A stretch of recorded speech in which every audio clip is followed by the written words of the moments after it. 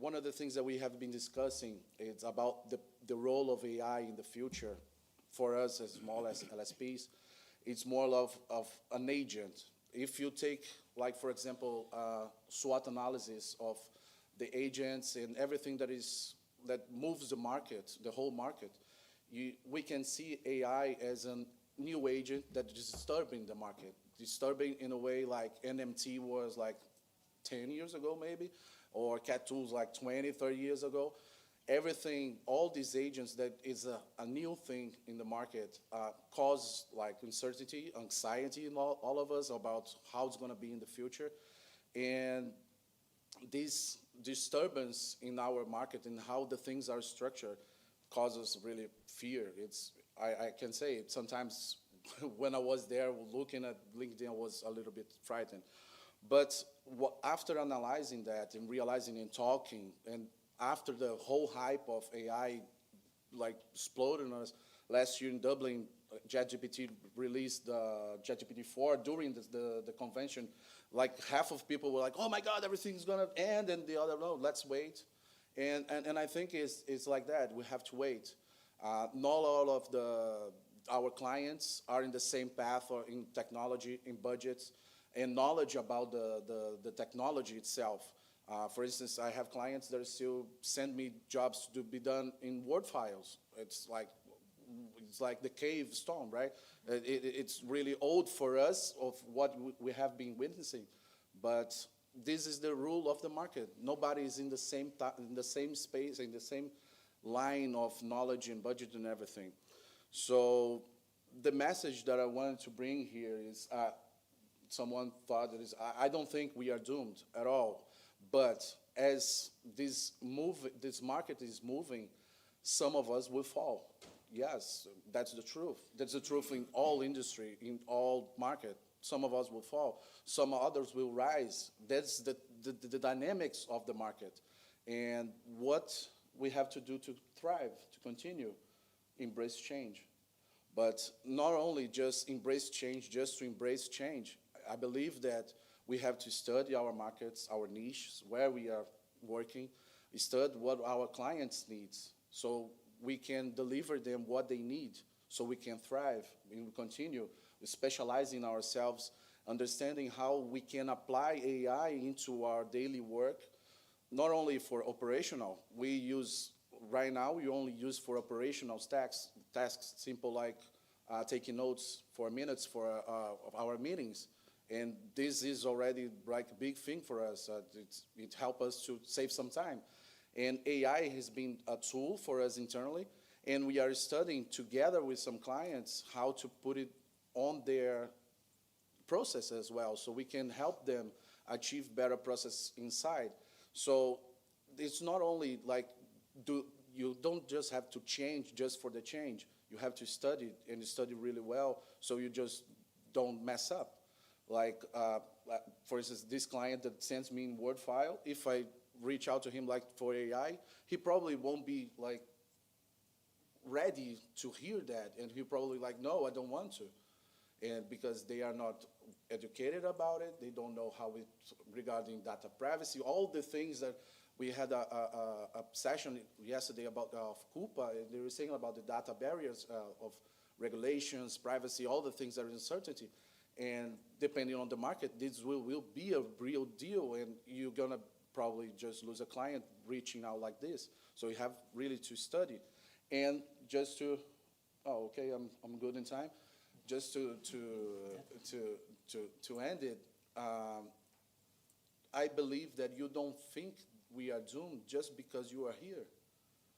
Gala, as an association, as I believe all associations, and I am a really advocate of the power of the associations, have the infrastructure, the structure, and the knowledge of all of you to share the information so we can thrive, we can share, we can learn from the best.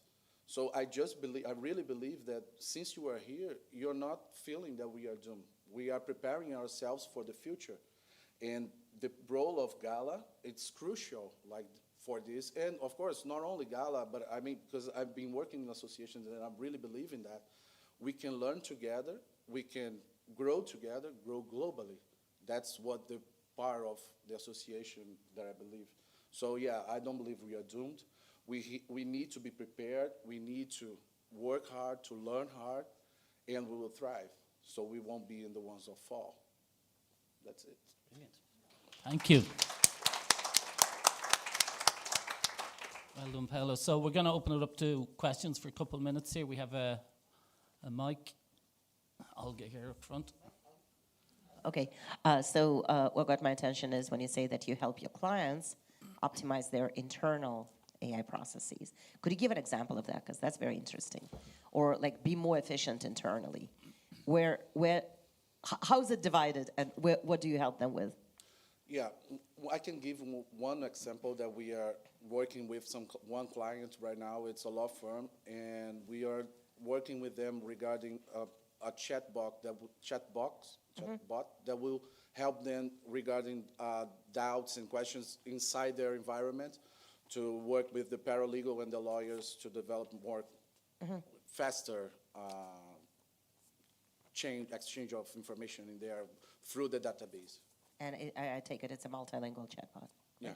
Great, thanks. Any more questions? Okay. Well done, Paolo. Thank you.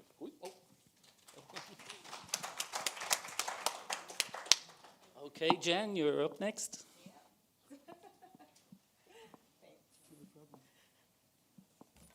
All right, so, So my soapbox talk is called the multi-$1,000 solution for the $10 problem. And of course, what does this have to do with AI? So the question is actually, how many people actually here have used AI or implemented AI in their platforms, programs? And how many of you guys like AI and how it's performing? Okay, a little bit less, a little bit less, a little bit less. Okay, how many people see the ROI in the AI they're using, like the actual dollar value?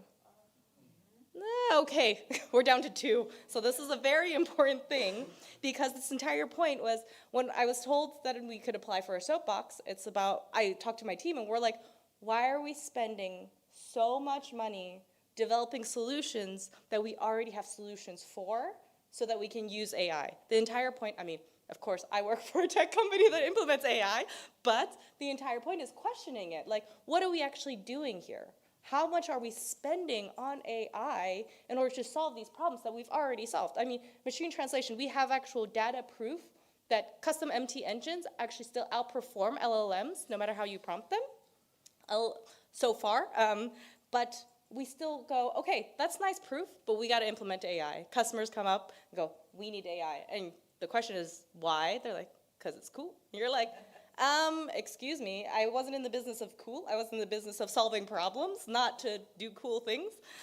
So it's interesting, because I'm not saying that we don't have to use AI, like kind of investigate, ride the wave, figure out how to use it, but there's a difference between learning about something, investigating something, and shipping directly to production, right? I mean, when LLMs came out in 2022, all of a sudden, there was a call for industry experts with AI experience using LLMs. And I was sitting there going, okay, so the only people you're really going to get are the people who have actually developed it. Because how many people here have actually used it before it became a thing? Yes? Okay, all right. Olga's a special exception. We're all dismissed. Yeah.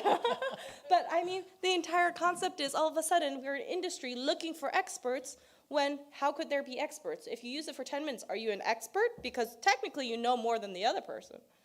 But does that make you an expert? Is 10 minutes enough to make us experts in something?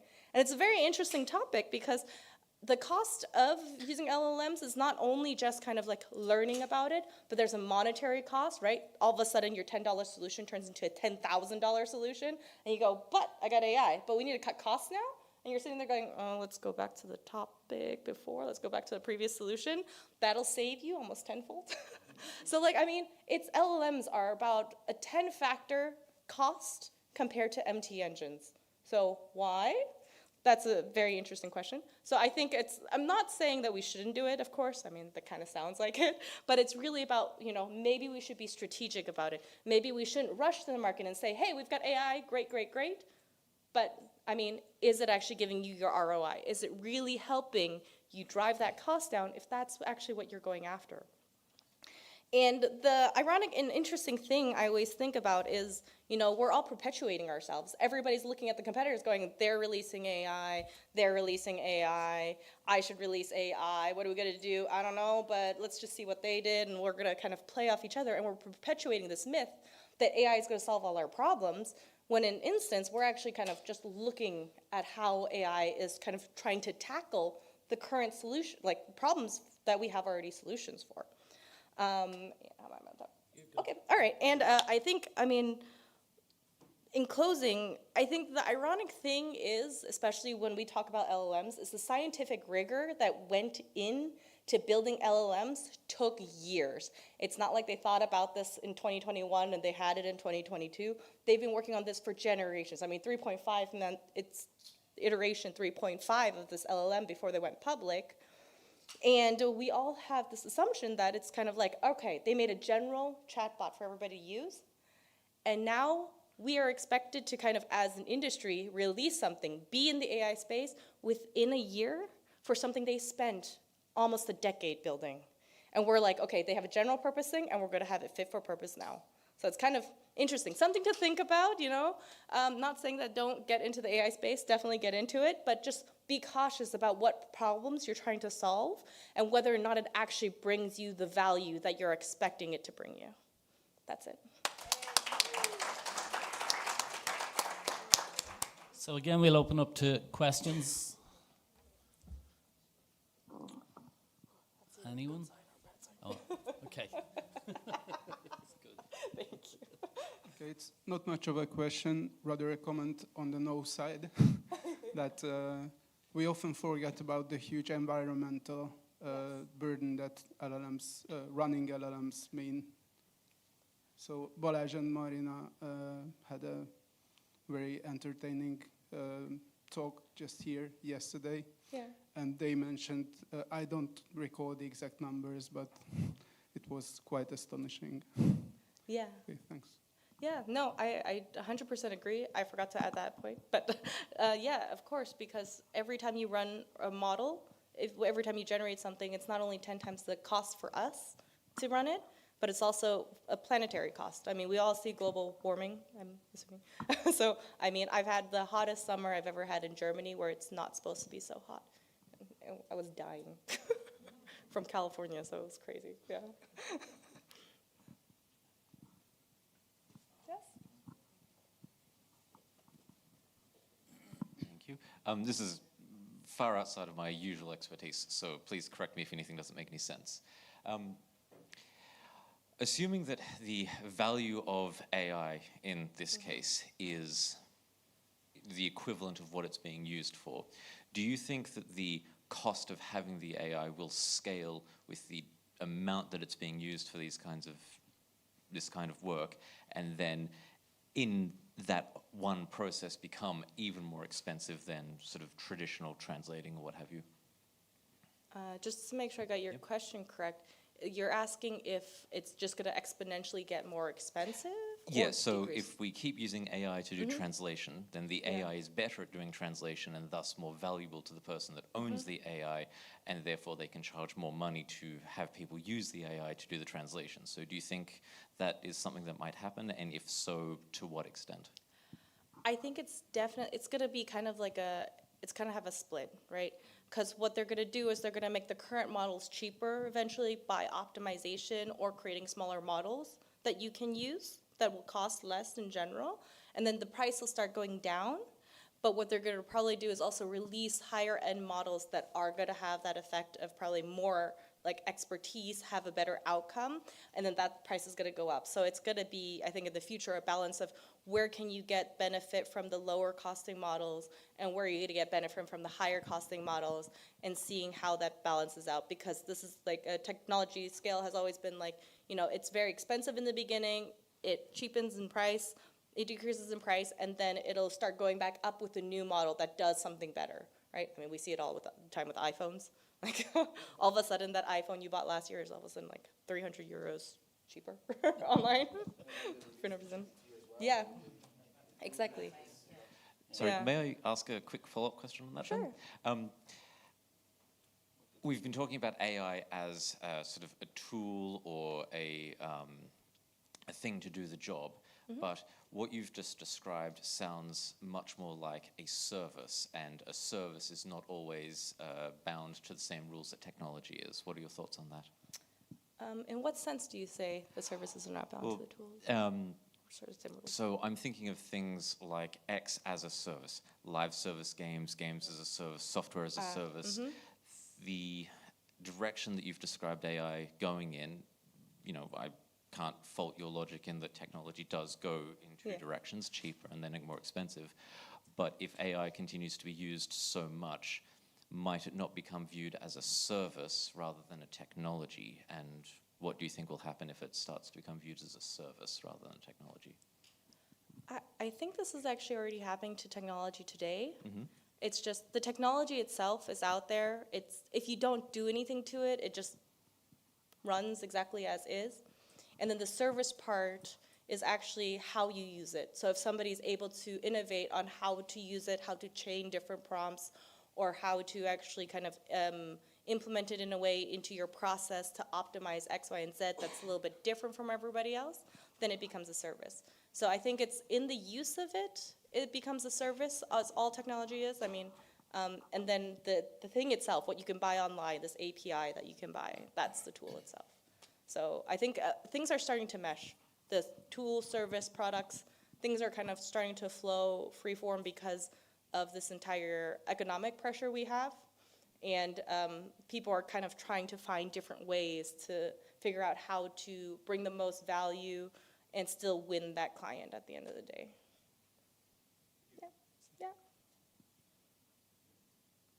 Time for one more. Okay, all right, Jen, All right, thank you very thank much. Well you. done. Thanks so much. Brilliant. So we're going to take a little break. We'll be back at 2:50, where there's two more great speakers lined up to entertain, and we'll see you back here at 2:50. Thank you.